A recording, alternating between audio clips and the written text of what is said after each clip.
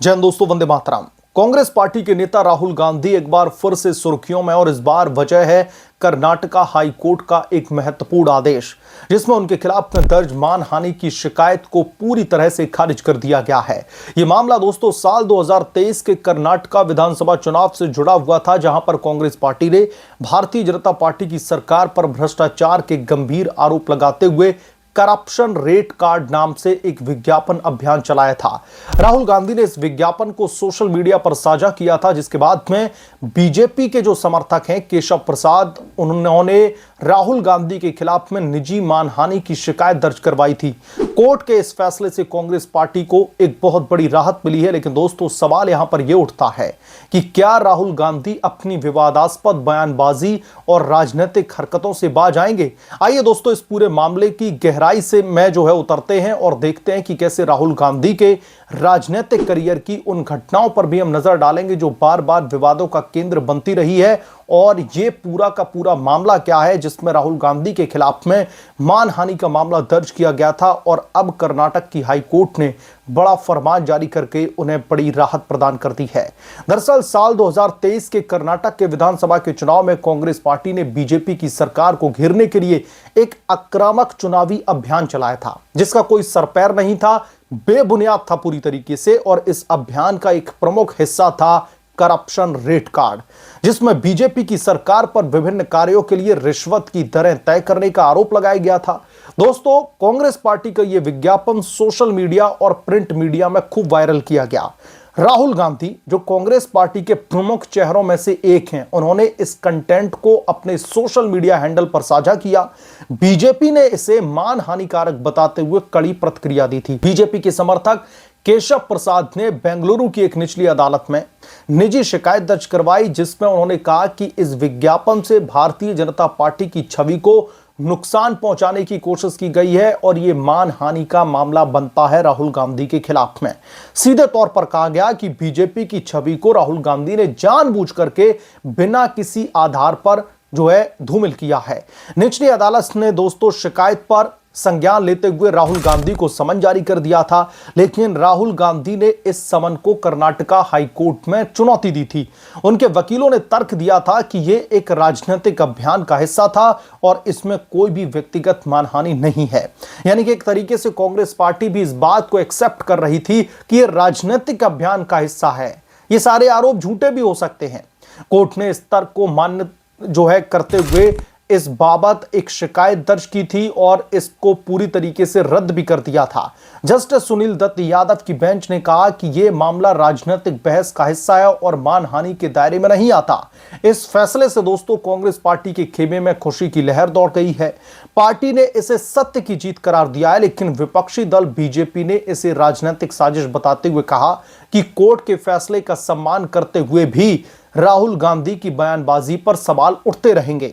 राहुल गांधी का राजनीतिक सफर दोस्तों विवादों से भरा पड़ा है। वो अक्सर ऐसे बयान देते हैं जो मीडिया की सुर्खियां बन जाते हैं और कानूनी पचड़ों में फंस जाते हैं। राहुल गांधी कैसे भारतीय जनता पार्टी को और खास तौर पर मोदी को बदनाम करने के लिए किस तरीके के तरह के जो हथकंडे हैं वो अपनाते हैं, वो बात अलग है कि कोर्ट के तमाम फैसलों में उनको झटका भी लगा है। एक मामला मोदी सरनेम पर टिप्पणी को लेकर भी है।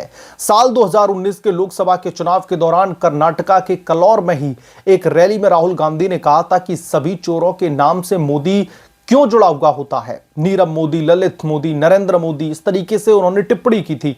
इस बयान पर गुजरात की सूरत कोर्ट ने उन्हें 2 साल की सजा भी सुनाई थी, जिसके चलते उनकी लोकसभा की सदस्यता रद्द हो गई थी। हालांकि सुप्रीम कोर्ट ने सजा पर स्टे लगा दी और सदस्यता को फिर से बहाल किया।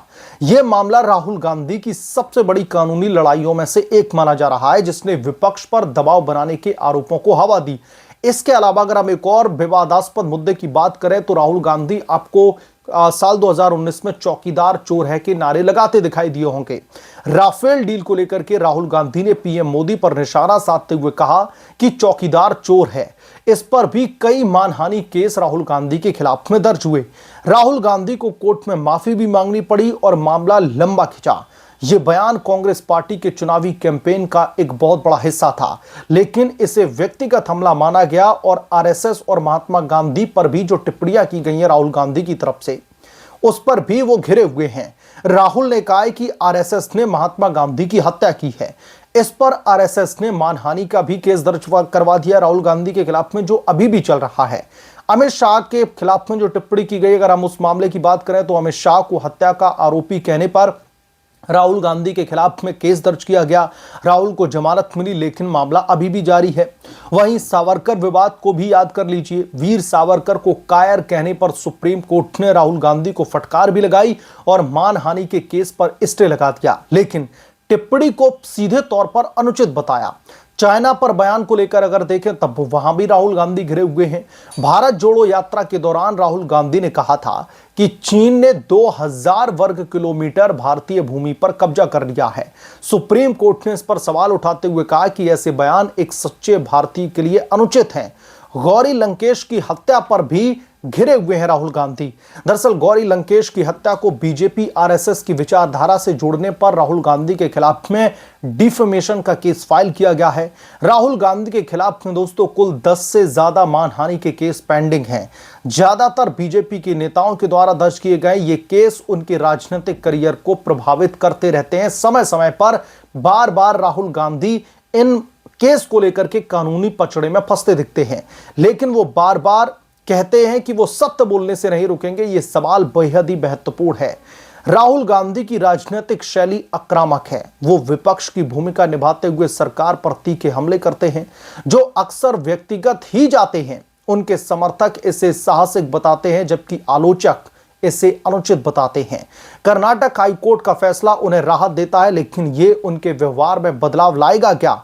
इतिहास देखें तो शायद नहीं, क्योंकि राहुल गांधी की हरकतें इसी तरीके की हैं।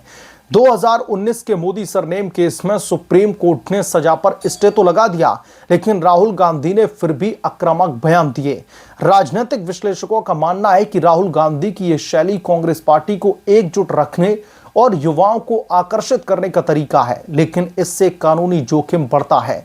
भारत में मानहानि कानून यानी कि आईपीसी की धारा 499 और 500 को अक्सर राजनीतिक हथियार के रूप में इस्तेमाल किया जाता है, जैसा कि राहुल गांधी खुद कहते हैं। हालांकि कुछ विशेषज्ञ मानते हैं कि बार बार के केस राहुल गांधी को सतर्क बना सकते हैं, लेकिन उनकी हालिया यात्राएं जैसे कि भारत जोड़ो न्याय यात्रा में भी वो बार बार विवादास्पद टिप्पणियां देते हुए दिखाई दिए।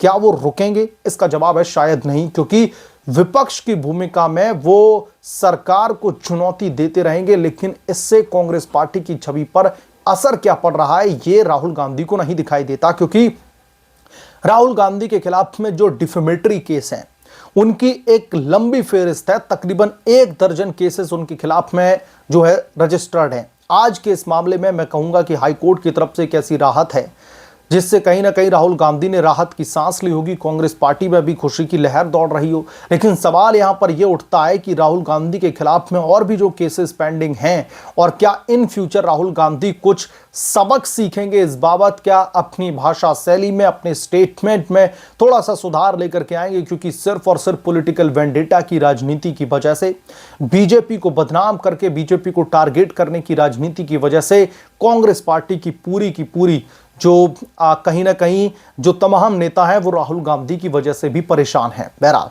आप क्या सोचते हैं इसके बारे में? आपकी क्या राय है? हमें कमेंट करके जरूर बताएं।